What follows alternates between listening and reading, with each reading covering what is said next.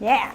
All right, so what we're going to do this afternoon in our short time together, we're going to talk about these things. We're going to talk about appropriate data sources to match services to need. We're going to talk about a continuum of supports at Tier 3, which is often not discussed as much, so we're really excited to talk about that. And then we're going to also talk to you about various ways that you can use data sources to progress monitor. So not only about kids getting into Tier 3 services, but how do you progress monitor that over time?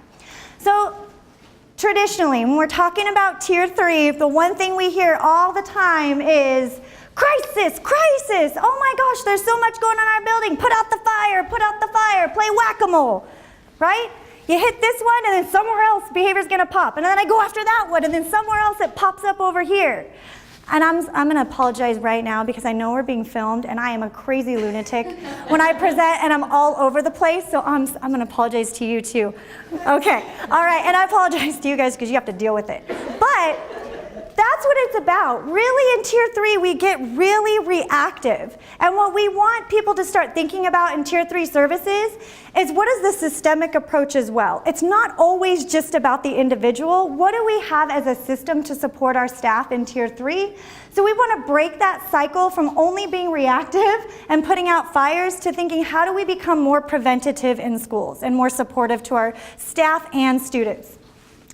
So what is Tier 3? So those of you that don't know, bear with me, or that do know, bear with me for just a moment. But Tier 3, depending on what pyramid or triangle you're looking at, says somewhere between 1% to 5% of your population that requires more intensive or individualized supports. We're really looking here at evidence-based practices, and this is huge. Number one, because these are our most vulnerable population and we don't have time to try things out. We don't have time to sit and say, I think this sounds really good, this sounds really useful. We want to look at evidence-based practices that we know they're going to be effective and efficient. A lot of what Nancy was talking about this morning in her talk. We want to look at problem behavior, and we're going to start looking at reducing the intensity or complexity of the behaviors that are occurring. Many of you have the same types of behaviors that are happening on your campuses. Disruption, defiance, disrespect. Any of you see those things in your schools? Okay, I think some of you are lying. And if you aren't, I'm not sure why you're here at Tier 3 talk. And if you're doing something, I want to know what that is. But yeah, you're all witnessing that, right? And so the question is, are they all the same? Probably not. They're all going to look very different, whether the intensity, the frequency, the duration of that behavior. So you're all experiencing it, so that's why we have to look at it and start thinking about the efforts that we're putting in place at Tier 3. So Tier 3 is most effective when you have Tiers 1 and 2. So if you have systems for Tier 1 and you have systems for Tier 2, your Tier 3 is going to be more efficient and more effective. I can tell you the most common thing we get at Tier 3 is, yeah, but we have so many kids at Tier 3. Oh my gosh, it's like an upside down pyramid. And how many of you that have been implementing for a long time, what would you say to that? Yeah. Go back to Tier 1. You have a flaw somewhere. There's some Swiss cheese obviously happening, right? There's some holes that are occurring in that tier. Oh man, I'm pushing buttons. I'm going places. That's cool. So, holes in your Tier 1, that's where I was going. So you have holes in your Tier 1. It's the same thing for Tier 2, right? If we aren't efficient and effective and have supports in place for our students, then we're going to miss that boat at Tier 3. Additionally, you're going to think about your resource load. Do you have the capacity at your school to have 30% of your population at a Tier 3? Do you have the resources? Do you have the people that could even think to do that? No. So that's why that strong Tier 1 is really most important when we're talking especially about Tier 3 supports. Those kids that are Tier 3 need the time. They need the resources. So we want to make sure the kids that are there are the ones that are supposed to be. I don't know why he keeps doing that. One of the things I want you to think about is when there are too many students that require Tier 3 services, these are the things that might happen at your school. And maybe raise your hand if you've seen, heard, or even experienced this. Diluted interventions. You have so many kids at tier 3, the interventions are diluted. So they're just kind of thrown out there. We're going to try this and we're going to try this. And they might be evidence-based, but we're not doing them the way they're intended because we are just trying to help these kids. Anybody experience that? I will raise my hand. I am guilty of it, right? I was a teacher once. I feel you. Becoming compliance-driven. How many of you have been at schools that, yeah, well, we just have to do it to show we did it? We may not have done it with fidelity, but we did something. And maybe that might get that kid to the other school down the street. Maybe it might get that kid to the other program. But this is what starts to happen when we experience these things. People are burned out and we're overwhelmed. I don't think that's a bad teacher. I think that's a cry for help. Relying on reactive strategies. So when you have too many kids at tier 3, again, we're going back to that reactive, rather than thinking about how do I put things in place to be preventative. How about decrease access to less restrictive environments? Ooh, friends, I'm going to get into IEP here for a minute. Okay? And I also go back to this idea that just because a student has an IEP does not always just mean that they don't get this, right? So if a student with an IEP needs tier 3 services, they can still get tier 3 services. They can still get tier 2 services, and of course they are still getting tier 1, right? So IEP does not mean automatically tier 3 everything. And that has to start here as well. We have to break that sort of perception about IEP. So this is really important when we're talking about building that framework for tier 3. So, how many of you have seen this picture today? What? Really? I'm gonna talk to everybody in this building. Somebody's in trouble. So this is what I call the PBIS tattoo. And if I were to get a tattoo of PBIS, this would be it. And I would put it like right here, and I would flash it all to you because these 4 things are the most important. It's doing it again. It likes to try. I think it likes to just go backwards. And I swear I'm not pushing it. But these 4 key elements are essential to tier 1. So if you've implemented tier 1, have you seen this before? Yes. Okay. Yes, Jody. Okay. So your data, your practices, and your systems, and we're always looking at the outcome of all 3 of those components. To remember, I'm going to refresh memory of those of you that haven't seen it. We're talking about data. We're talking about supporting decision making. When we're talking about practices, the practices are there to support the students. I want you to think about that for a minute. Practices support students. Systems support staff. We put systems in place to support our staff behavior. So I want you to think about that from a tier 3 perspective as well, and we're going to talk about that. Outcomes, ultimately the whole reason why we're doing all of this is get that social competence and academic achievement. So what I'm going to do here is I'm going to show you what that looks like at a school level for tier 3. So this is tier 1, so what does that mean for tier 3? When we're talking about data at the tier 3 level, we're going to move over, and I don't know if this, use it. Yeah, ding. I have failed. I am not fluent at this clicker. So, universal screeners and data decision rules. That's the data we're looking at the school-based level. I am not talking about individual students at this point, okay? School, organization. When we're talking about practices, what practices are going to be the most effective for our students at tier 3? And there should be a continuum, and I'm going to talk about that in a minute. The systems. So how do we support staff in understanding all of these components? 1, we have to train them. We have to get them to understand why we have tier 3 processes to begin with. They should understand behavioral theory and behavioral principles. It is not effective only at tier 3. Behavioral theory and principles are effective in tier 1 and should be used within our classroom instruction. So things just go away. So I don't know why it's doing that. I'm sorry, it might just do that the whole time and we'll just laugh every time it does and be okay with it. So that's the training piece for the organization. If we don't have staff that understand why we do it, they're not going to see the need for keeping our students in our school, especially our most vulnerable population. We got to get rid of that mentality of kick them to the next place, or I don't want to deal with them. We want to get to that place, and if we're at a tier 3 system that has staff really understanding why we do tier 3 and how we support our most vulnerable population, the better off we're going to be. So with that, I want you to think about from the tier 3 level, this component right here. So here is what a tier 3 systems team does. So there is a difference. When you're talking about tier 1, you know you have your tier 1 team, right? You're looking at lots of different things. When we're doing tier 2, we also have a tier 2 systems team, and then you have individual coordinators of those individual interventions. Are you all with me?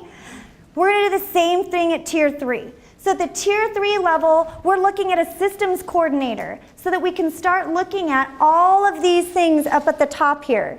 We want to identify and prioritize students in need of tier 3 supports. How do you do that? How do we know which kids require tier 3 services? We want to match student need to intervention.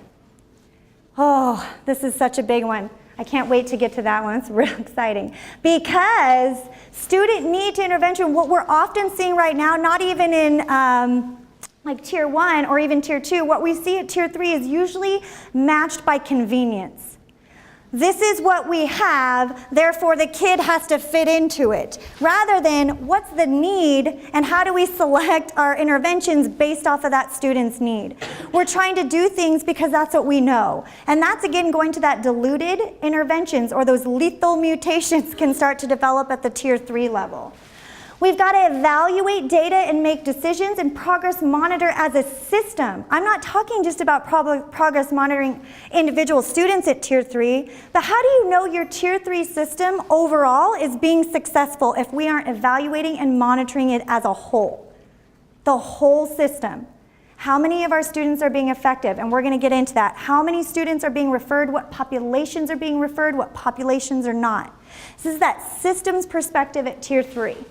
We want to look at monitoring that system and then looking at what types of people are going to help us. The biggest thing that we hear at our level is we don't have people with the expertise. What do you think our answer might be? Anybody? No? Go find them. I like that. What's that? Somebody yelled something else? Train. That just means this is the internal capacity we have to start working on, right? So how do we build the internal capacity of our site? I guarantee you have people that have basic foundational skills in that, and if they need additional support, how do we help them get that support so they can get to the level that you need for tier 3? Your meeting. So it's similar to how your tier 1 and tier 2 teams are meeting. Your tier 3 teams should also be meeting on a regular basis.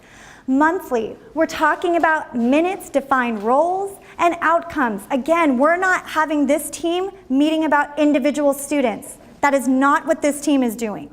This team is monitoring all kids at tier 3 and how are the whole system and program functioning. Yeah? Are we good with that? How many of you just went, poof? Yeah, right?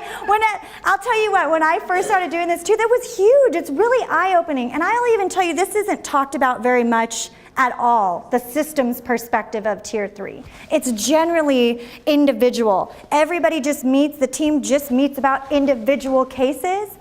But what happens is that we start to develop, if we do it by individual, we're being reactive still. If I look at my system as a whole, if I have 15 kids at tier 3, and let's say 10 of them are not performing well, what does that mean about my tier 3 system? Something's not right. Okay, and then if I wasn't monitoring that though, what would I be doing traditionally? Individual students.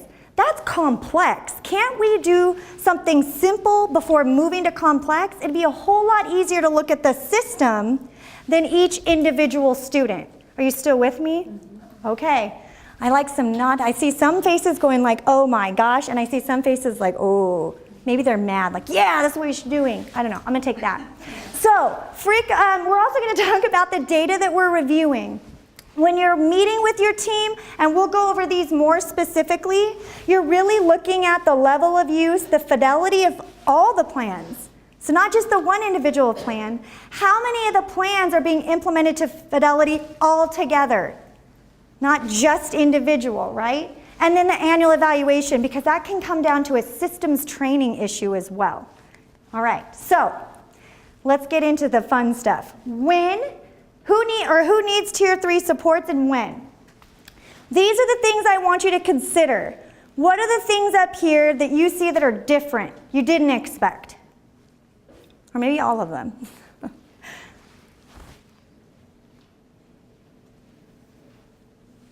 Yeah, you can't see it from there. You're done. Hope you got that. Any ahas for you or something you wouldn't expect, or all these things seem, yeah, that makes sense. Yeah? Okay. This is great. What do you do with this? Can you still say, oh yeah, now I know what kids to put in Tier 3? Or is it still subjective? It's still subjective, right? How many of you arbitrarily, I think these kids need Tier 3? And that's how you decide it. Oh, they got lots of referrals. Do you decide them like that? Yeah? No, you don't do Tier 3? Yeah.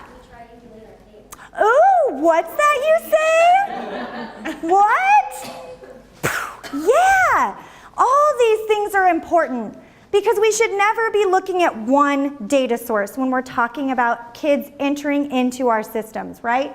So these things, I don't even know. These things are very important. They give you a foundation for what we're looking for, but ultimately, we're talking about too, these are kids that have not been successful at Tiers 1 and Tiers 2, okay?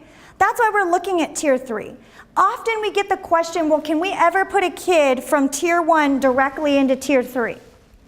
What do you think? No? I see some people shaking their heads. What do you guys think? Do you have Tier 3 in place already? Good question. Well, they're still going to be getting 1 and 2 no matter what, right? So, yeah. Could, right?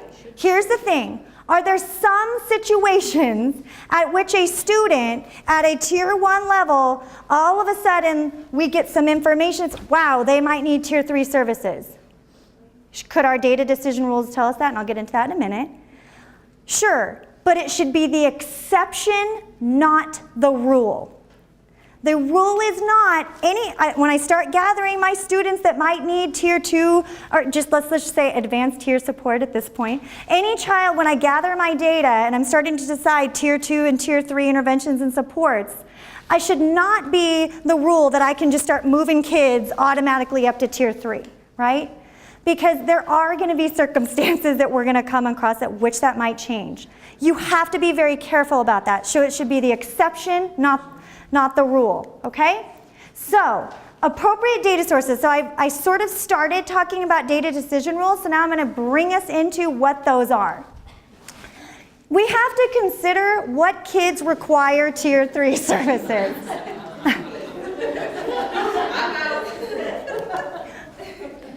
I'm sorry. I love data. Everything's got to be based off of data, right? Especially if we want, here's the reason why we also don't want to take kids from Tier 1 directly to Tier 3, implicit biases, right? That can rear its ugly head. So the more that we can be explicit as possible in looking at our data sources that we're using, the more likely that we're giving services to students that really need it and require it equally, right? However, that's not to say that you might start looking at your Tier 3 system and seeing that certain populations are being overrepresented. That point, you're going to go back and look at your data decision rules to see if there might be something that could be playing a piece to that, right? So, what are the data decision rules? Generally, whoa, things are happening. Okay, generally, when we're talking about our referrals, we're looking at 6 or more major referrals as one data source for Tier 3. So any student, does that make sense though, right? Because your Tier 1, if any of you have been into the previous sessions, probably know that's 0 to 1 referrals. Tier 2, 2 to 5. Tier 3, 6 or more, right? So makes sense. Do we determine it off of just this one piece of data? Say what? Do we determine off just one? Come on, yeah, there it is, there it is. Okay, why we don't do that? Because office discipline referrals miss students. They underrepresent. They're designed to do that. There is a purpose to the system being that way. Not only that, but generally students in special education often don't get referrals written, or sometimes I've seen the opposite, they get all of them. So that's also going to be skewed data. But you may not identify students with internalizing behaviors, or what we would define as internalizing behaviors. You also might have some students that have lots of minors, but only a few majors. That's still something to consider, right? And still might be something to look at. When we get into that continuum of support, the minor versus majors come into play. And they may not reflect that some teachers refer and some don't. Some teachers do the office discipline referral system well, and some don't. That is just how the systems are, right? So we have to consider these things and why we don't use one data source. So we want you to consider lots of different data sources. Schools have lots of access to data, and we don't even realize it sometimes at the tips of our fingers. So looking up here, what are the things that you have at your site you could use as data sources? Do you have MAPS testing? Yes. Awesome. Do you have universal screeners? Yes. Fantastic. Do you have safe school professionals that students might visit or get referrals to? Do you have counselors? Fun stuff. Okay, what about nurse visits? Could you track that? Could you track schools, students out of class time? Could you track attendance? What other things are maybe not up there that you could come up with? Yeah, attendance, good. Any other data sources? What's that? Not bringing your lunch, how much money do you throw in lunch? Like, how many meals are you missing? Oh, that's interesting. Yeah, that's interesting. Yeah, I have not thought of that. That's a good one. Trauma, good, yes. There are lots of things that we can start looking at here. Tapping into community, if you have community data that you can get to as well, could be very helpful here. But you can start looking at lots of things. Universal screeners are really important. And how many of you were in the Tier 2 talk? The intro to Tier 2? So Casey talked about screeners, and she said that it's really great, when we start getting into these Tier 2 foundations, and it gets scary because we think about universal screeners as a Tier 1, right? Because it's all students should be screened. But the issue comes into play that we have to make sure we have our allocations right. So if we have a strong Tier 1, well, yeah, we can start thinking about Tier 2 and Tier 3. So we can't just go out and do Tier 3 without any of those strong foundations of Tiers 1 and 2. And that's why we start looking at universal screening data in advanced tiers after you've implemented a strong foundation at Tier 1. So some schools, what they've done is we've tried to do some contextual features, because we do have some schools, like I work with some schools in Clark that have a high school of 3,000 students. Are we going to logistically be able to do universal screening, or if you use the student risk screening scale with 3,000 students? Would we like to? Yes. Is that a very hard thing to do at the stage we're in? Yes. Eventually, do I hope we get there? Yes. The reason why I'm saying this is even if you don't have 3,000 students, sometimes selling this is really hard. This is a philosophical change in thinking for a lot of teachers. And so if you have a hard time or a lot of students and logistically challenging, think about the easiest, smallest change, biggest impact to get the buy-in. So for example, what we've done is started with teacher and grade level nomination forms. And there are forms for that. I'm not going to show those today. But they basically are a gating procedure that teachers start looking at. I'm going to nominate kids for externalizing behavior and internalizing behavior. And then we're going to take that to the grade level, and we're going to nominate kids at the grade level. Once you do it at the grade level, then you give all those kids the screener. It makes it a little more manageable. We've also done some gating. It also adds another data source, which can be really helpful. Okay, which gives you identified groups. The reason why I'm showing this is because you nailed it. She's got it all figured out. She should come up here and tell us about data triangulation, right? Because now we're going to take all those data sources that you just talked about, we're going to list our students, and we're going to put all the data in. And we're going to start to identify at what point is this a Tier 3 support. So if you've done Tier 2, you might have known that you need a floor and you need a cap. So for Tier 2 data decision rules, there's an at-risk zone that you will start to look at. How do we know what those issues are? And if they are above that, well, then that must mean they are Tier 3. That would be an indicator so that I can start taking my data and saying, well, these cutoff scores of being at risk or high risk, I'm going to start highlighting. And I start identifying not only my Tier 2 students that might be students I might refer for Tier 2, but also my now Tier 3. Do you see how that works? So it's the same system. You're not doing this 2 separate times, once for Tier 2, once for Tier 3. Eventually you're going to do it all together because you already have all that data. You've just identified your floors and your caps. So this is the first step. Eventually, this is your future goal. What schools are trying to do right now is this takes a lot in the beginning, but once you build it, it's there. So you build an Excel spreadsheet that has all your students and the running record of all the data decision rules that you can automatically start highlighting here. These were our data decision rules to identify what kids required Tier 2 and what kids required Tier 3 services. How many of you look at this and you're like, oh, that makes sense, right? In my world, it was like, what? That's the most amazing thing. This brings it together for a school to really understand how kids get in. Now, once you identify your kids that might require Tier 3 services, well, now we have to take that need, because we've got some needs figured out. What intervention is now going to be the most effective? And this comes into your data decision rules. So here, I'm going to briefly touch on this because we haven't talked about it just yet, but I've identified a continuum of supports at Tier 3 as well.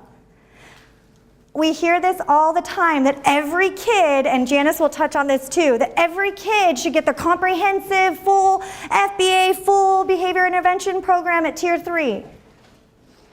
Do you have the resources? Probably not. But even more than that, is that really necessary? We have to look at the need, right? We don't know until we look at our data and what types of behaviors our students are displaying. Yeah, that's great. Well, how do we go back? Okay, so what happens here is we get our support, we describe it, and we're going to talk about the description in a little bit here, so I'm not going to go into depth right now, but what I want to show you in data decision rules are that you have entry criteria. So if I'm going to do a continuum on my Tier 3, the lowest level practice that I have on my Tier 3, this is how I know those students get access to that intervention, or that functional behavior assessment and intervention. So here I would say, well, they need to score high on this. They need to have minor ODR greater than 6, or maybe Tier 2 performance monitoring data was unsuccessful as a data criterion. Notice that some of these say and or. Some people develop criteria that will say and, or just or, depending on what you put on there. But your school context is different. The types of behaviors that you see are going to be different. So how you determine this is really going to be up to your school. And this should change constantly because your students and your context are going to change constantly. We couldn't ever develop one time and say it's going to work forever. You're always going to look back at your data systems. Okay? Then what it does is tell you, well, how do we progress monitor that intervention? And how do kids get out? This is like a new thing for Tier 3. Because traditionally at Tier 3, kids get in, and then they stay there. You should notice there's just like an empty hole because all of a sudden kids just get in and then they're just always there. I don't know, they've always been there. And they have the same plan that goes on and on and on forever. We don't ever progress monitor it, or we don't ever look at it and fade supports or generalize. So this type of system is designed to make sure that you are following all the essential needs of a Tier 3 system. 3 minutes? Okay. So this is good, it's your turn. Okay, so, so Tier 3, so what I'm gonna do now is I just talked to you about all the systems component of Tier 3. I'm gonna move us into the individual for Janice here really quickly, but what I wanna do is show you the difference of what this looks like from the systems to the individual. So you remember that I showed you this and showed you each element for the systems? So how does that change when we take it from a system down to the individual student? What that looks like is when we're talking about data, we're looking specifically at the functional behavior assessment and whatever individual data we're collecting, which also means observations. It also means all the things that are data sources that we're pulling together, all that needs to come together there. When we're talking about practices for the individual student, we're looking specifically at function-based interventions, individually designed for those students. And then the systems, well, guess what? There's systems for the individual too, and that's a huge brand new thing for a lot of folks too. The system is, how do we train and coach the teachers that are gonna be implementing this plan? We cannot just give it to them and hope for the best. We have to provide a community of support for our staff, for anybody that's implementing. And finally, what are the outcomes we're looking for the individual?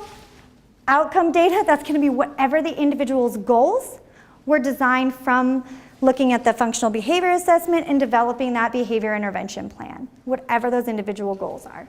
And so at that, we're going to do a quick mic change. Okay, so when we're talking about Tier 3 support, we want to start getting people to think about Tier 3, just like Jody said, is not a thing, that there should be a continuum too.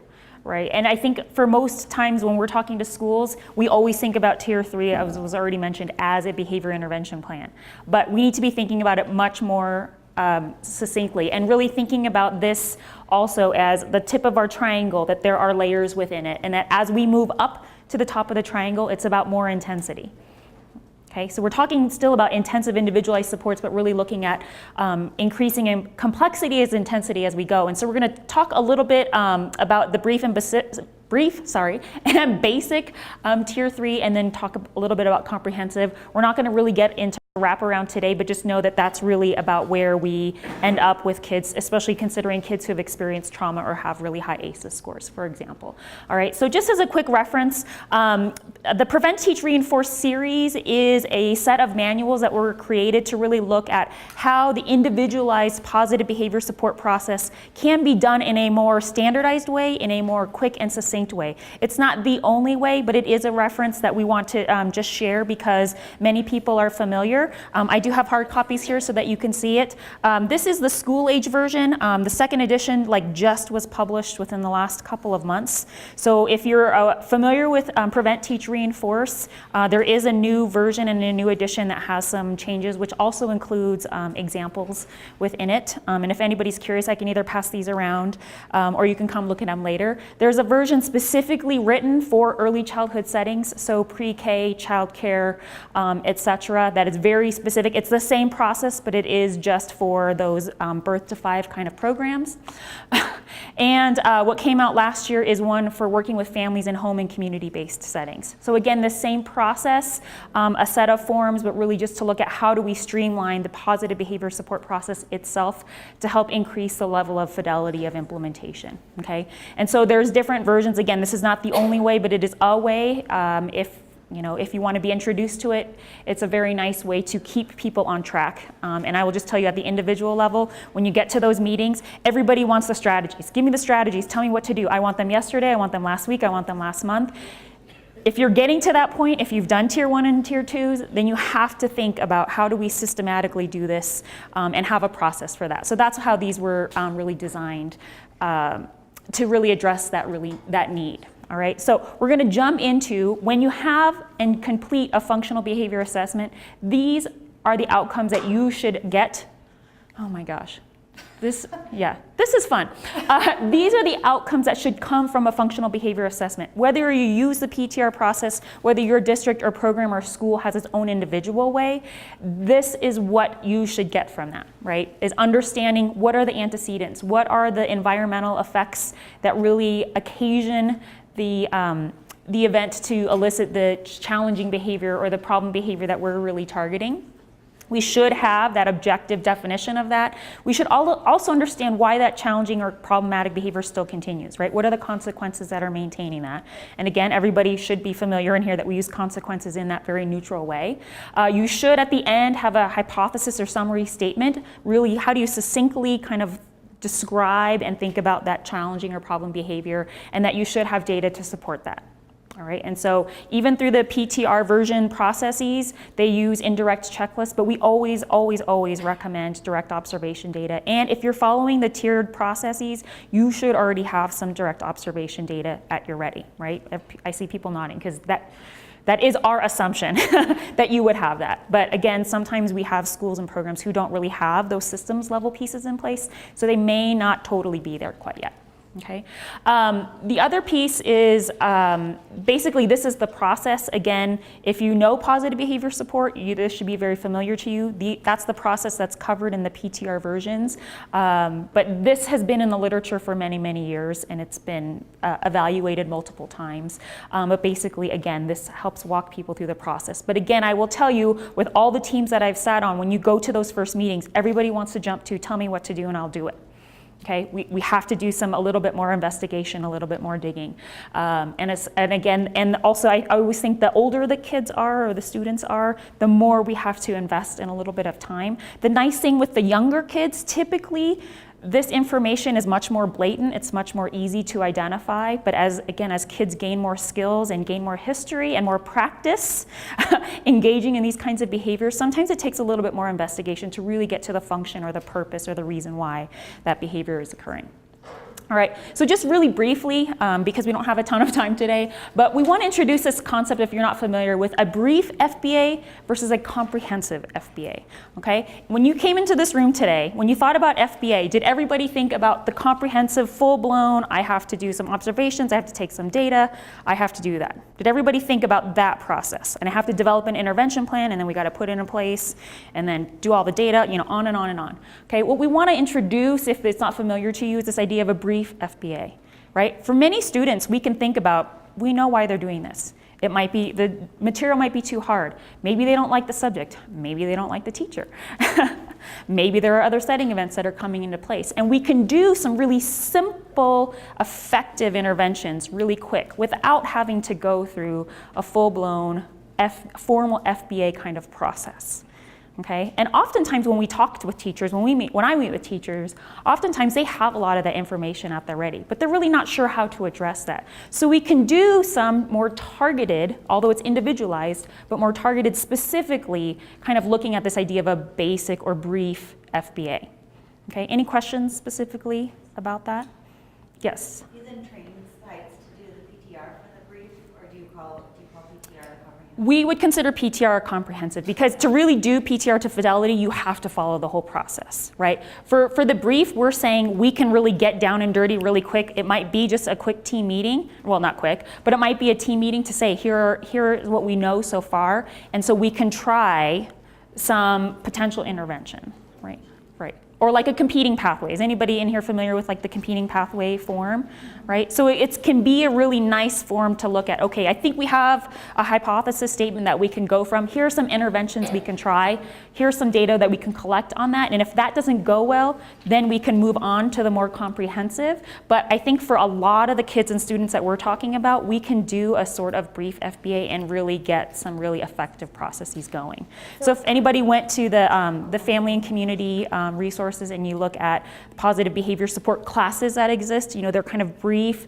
That's the kind of thing that we're talking about too. Similar. One of the things we've been recommending a lot too is that for the really trying to get at the function for the brief, we're looking at things that are a lot faster and quick, like the FAST, right? And forms, which are very different than the PTR, which has 6 pages of looking and trying to identify the function, and it helps you with the prevent, teach, and reinforce.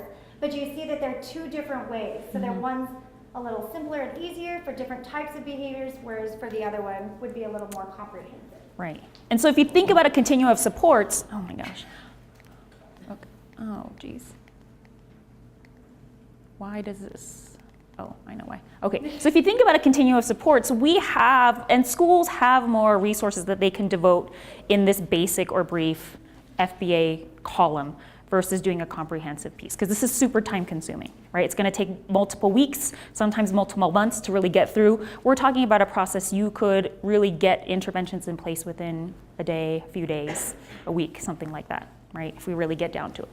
Okay, so again, simple and efficient, and again, for those more not simplistic behaviors, but you're enough, if you have really severe significant behavior, you're probably going to want to do something more comprehensive. That might be one of your decision-making triggers for a more comprehensive piece.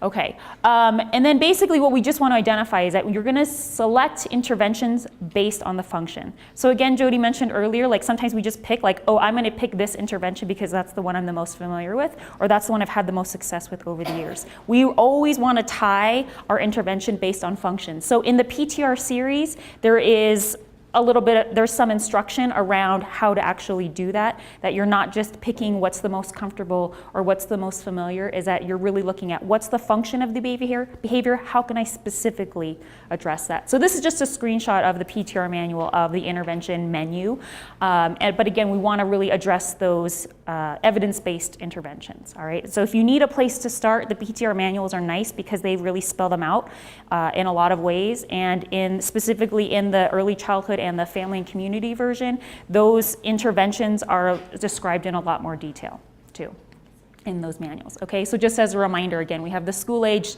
the early childhood, and one for home and community-based settings if there are anybody who has access to that outside of access to behavior analytic services. Okay, and so got 5 minutes. All right. So in terms of progress monitoring and decision templates, we're just going to share a few examples with you here today.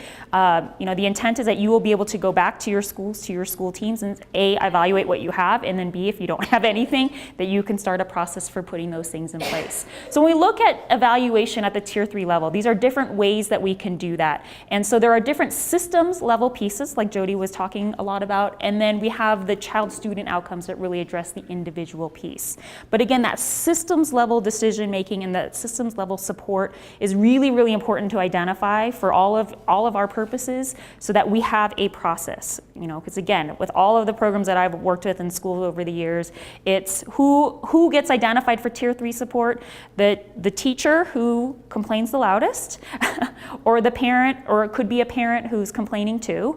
But it's usually the squeakiest wheel that gets the oil, right? There's not a systematic way to do that. So that's what we're advocating, is that we have a plan for everybody to know exactly what those are. And especially like most of my work is in early childhood settings, there are very few places that have an actual process for that. So I know specifically in Washoe County School District, the early childhood department has drafted a process for that, so it's much more systematic, because their support personnel were just running all over the district trying to get to as many kids as they could, but there just aren't enough people to do that, right? So thinking about what systems can be put in place, and so we've worked, a team of us have worked together to try to flesh out a system like that. But those are the things that we're talking about, is within your own specific context, what is that going to be?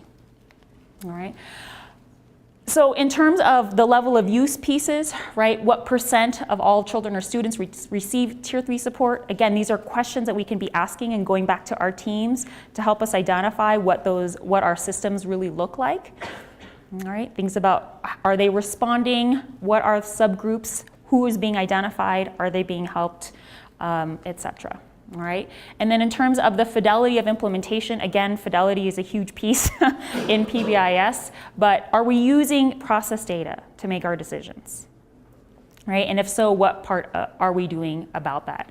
And so we'll share some decision-making trees to help you with that. And then really at the student level, again, these individualized pieces is that for the behavior intervention plan or the behavior support plan, are we really getting and seeing some progress in that area, All right, so what is our data showing us and how can we identify that? And really this idea of having a specific date, how long are we gonna do that for, right? I think, again, we identified a lot of times when kids end up needing tier 3 supports, they stay in that tier 3 land, and they're always seen as that kid who needs individualized support. Our perspective is always is that these should be temporary. They should always be temporary, so we should really have a specific plan for how we're gonna do that across the board. And then again, how do we use child or student data to help us make these decisions about who accesses these services, all right? And again, that big piece of how do you get out, right? How do you get out of tier 3 or needing tier 3 support? That should always be a goal. So just a couple of quick examples. Here is a decision-making tree, and this is really from the PTR manual that really looks like if we're seeing positive behavior change in your behavior intervention plan, for example, these are things that you can do, right? It's like a little schematic, right? If this happens, I can go here. If not, I can do this, okay? So if we're seeing progress on a behavior support plan, for example, how do we, thank you, where do we go from there? Okay, so if if we see positive behavior change, we might think about how do we extend beyond the scope of the behavior support plan? Okay, what are going to be our next steps? We could talk about shaping. How can we get a little bit closer to our goal? Sometimes when we have behavior intervention plans, it's not the exact goal we want to get to. It might be a small step in that direction. So what could be some additional steps? How can we fade reinforcers? That's a huge thing that I talk to teams with all about, because it's not just about removing all of the supports, but how do we systematically do that in a way? And the kids will always let us know when they're ready. Okay, if they're ready to fade certain supports. Sometimes we can't fade any of the supports, all right? Sometimes we have to be thinking about that, but we should always be thinking about how do we get the kids to be much more independent, or thinking about ideas like self-management, okay? So this is just, again, an example to look at. When we're seeing positive changes in behavior, these are some additional directions that we can go. And again, thinking about how do we get kids out of needing tier 3 supports. Okay, and then lastly, here's a decision tree, an example of what if behavior is not improving? Okay, what if as we're progress monitoring, we are not seeing any change at all? Okay, so the BRS data, that means the behavior rating scale data, indicate that behavior is moving in the opposite direction that then is desired, right? So it's not improving. If it's not improving, our first question is always, are we implementing strategies with fidelity? If we can say yes, then maybe our hypothesis was incorrect, or maybe their interventions aren't right, or they're not enough, or something. We can really start to investigate that. If the interventions haven't been implemented with fidelity, let's look at why that's not happening. It's not just the teacher is not doing it, right? Or the parapro isn't doing what they're supposed to be doing. Maybe the strategies are just too much effort. Right? And in a classroom, we're asking teachers and parapros to do a lot. Or maybe the intervention plan doesn't match the teaching context. Okay, if we think about older students who might be transitioning from classroom to classroom, what plan might work in one teacher's classroom might not work in the other. Okay, so there's a lot of things that we can be doing about that. But again, just a couple of quick examples to show how schools can really set up a system to help teams think about how this process goes and help administrators to be able to support their teachers in that way. Okay. I think we did it. I'm always like it's so hard to make it on time.